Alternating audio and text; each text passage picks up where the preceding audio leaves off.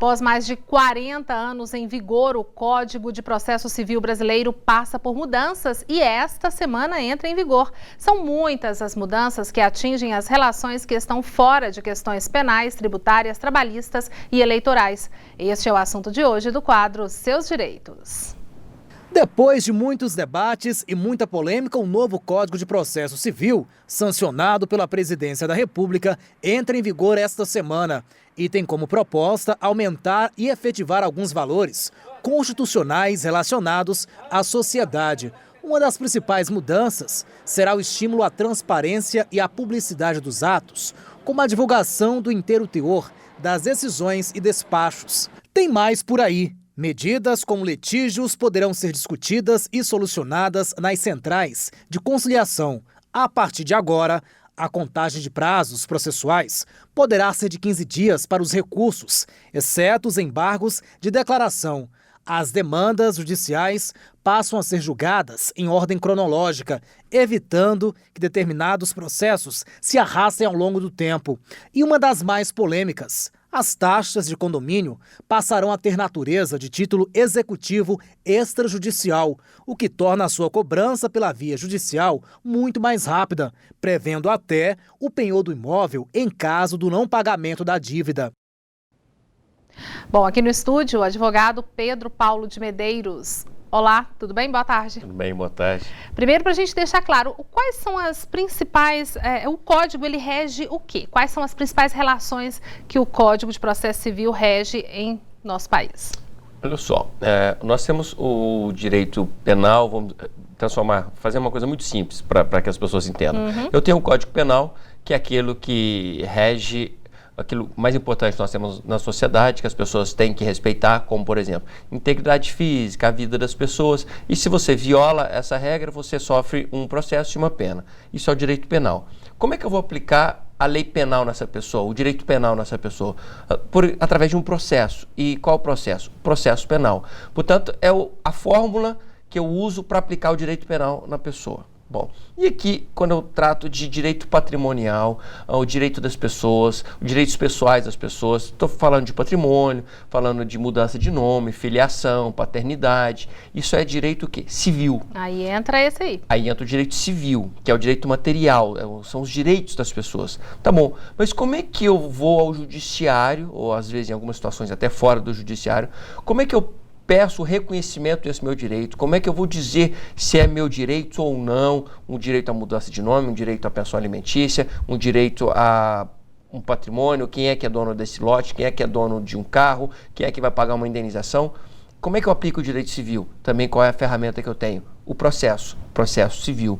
Então eu tenho um Código Civil, que nós fizemos um novo e iniciou a vigência dele em 2002, também é recente. E agora eu tenho um novo Código de Processo Civil, que é exatamente o instrumento, a ferramenta para eu aplicar esse Código Civil. Portanto, o Código de Processo é a ferramenta para eu aplicar esse direito que, em regra, não exclusivamente, mas em regra, trata de direitos patrimoniais. Isso, essa mudança agora, essa adaptação toda, seria uma adaptação justamente para essa realidade nossa? Porque aí ele estava de 1973. Exatamente. Né? Então mudou muito aí desse período, Foi a última grande modificação que nós tivemos em 73. E como disse, o próprio Código Civil, que é a matéria de fundo, ele vinha de 1916 e nós precisamos atualizá-lo, e tanto é que em 2002 nós tivemos e passamos a ter um novo Código Civil, exatamente para que ele se adequasse às necessidades da sociedade contemporânea.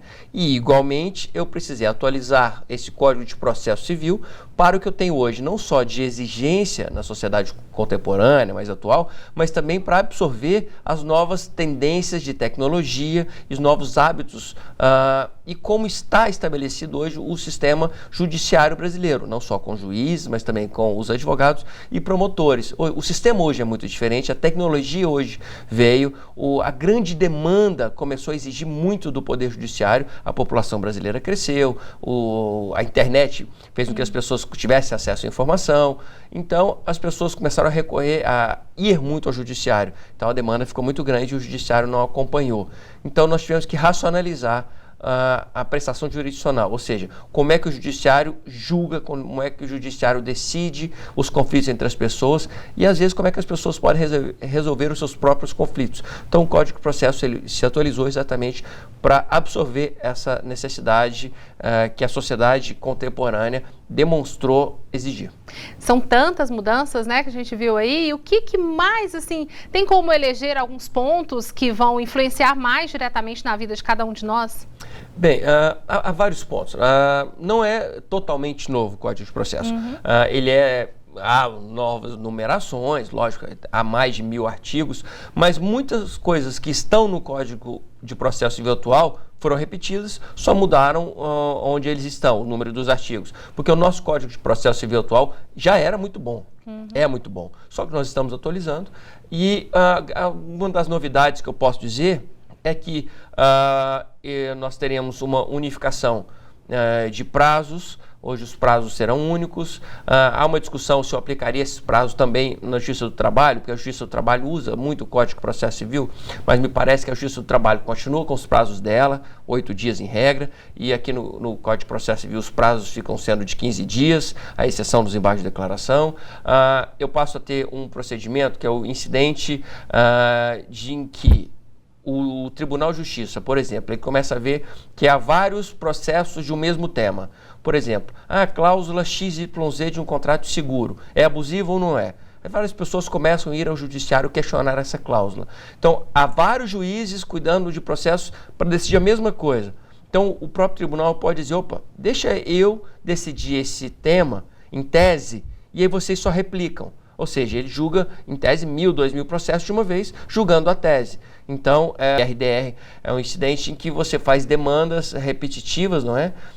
E julga de uma vez só, e aí você replica isso para os demais julgamentos. Ou seja, é uma forma de você acelerar e otimizar os julgamentos nos tribunais. Isso que eu ia perguntar, dá uma acelerada mais, de repente pode vir aí a diminuir esse tempo que os processos levam? A intenção é essa. O novo Código de Processo ele veio com a intenção de dar mais efetividade e celeridade, ou seja, as decisões vêm mais rápido e você consegue fazer com que elas sejam cumpridas mais rápido. Porque também não adianta eu ter uma decisão rápida, mas enquanto você recorre, você nunca consegue fazer isso virar algo concreto. Então, eu preciso de celeridade na decisão e efetividade, ou seja, ela tem que se tornar algo material muito rápido. E essa é a ideia do novo Código de Processo, tornar as coisas mais rápidas. Em que pese algumas pessoas acharem que o novo Código de Processo vai fazer com que os processos demorem, porque, por exemplo, os prazos agora serão contados em dias úteis, você não conta feriado, dia de semana. Você agora vai ter férias devidamente estabelecidas, de 20 de dezembro a 20 de janeiro serão férias coletivas para todo mundo.